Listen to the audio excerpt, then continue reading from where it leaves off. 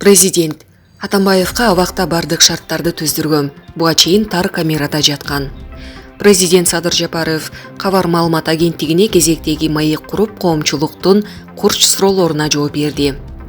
Президентке жакында эле мурунку президент Алмазбек Атамбаев журналисттерге түрмөдөн интервью берди. Айтымында анын жаткан жеринде бардык шарттар түзүлгөн экен. Жакындары, тарапташтары ээн эркин кирип чыга алышат экен. Жаткан жеринде ыңгайлуу шарттар түзүлүптүр. Ушуга карата сиздин оюңуз кандай? Мыйзамга туура келеби? Негизи сиз жаткан убакта сизге ушундай шарттар түзүлдү беле деген суроо узатылган. Туура. Мен бийликке келери менен Алмазбек Шашыновичке бардык шарттарды түздүрүп бергем.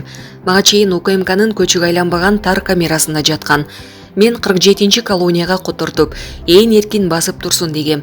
Бүгүнкү күнгө чейин каалагандай жашап келе жатат. Үй бүлөсү, тааныш билиштери, керек болсо журналисттер кенен кесири кирип чыгып жүрүшөт. Муну менен мен таш менен урганды аш менен ур деген бабалардын насаатын аткардым. Мен камакта жатканда мунун бири жок болчу.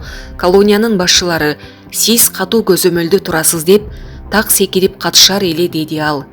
Президент абакта жатканда жакындары менен бир айда 2 жолу гана көрүшүп турганын билдирди. Жаткан жеримде күн сайын тентөө жүргүздүрүп турчу. Телефонумду күндүз катып, түнкүсүн колдончумун. Менин табиятымда өч алуу, же кек сактоо деген сапатым жок. Кудайга койдум деп, ичимден эле айтып коюп, баарын ошол замат унутуп коем. Болбосо өч алып, ата-эне менен баламдын кунун куусам болот эле. Менин жакындарымды жоготконума Атамбаев күнөөлүү деп айтпайм.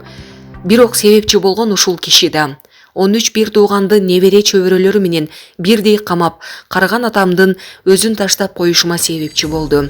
Атам өлгөндө топурак салып келүүгө жибербей койду. Кийин энем кетти. Дагы жакшы, ал убакта Сооронбай Жээнбеков топурак салып, акыркы сапарга узатып келүүгө мүмкүнчүлүк берди. Андан кийин балам кетти. Албетте мунун баары Кудайдан, деди Жапаров. Булак Кабар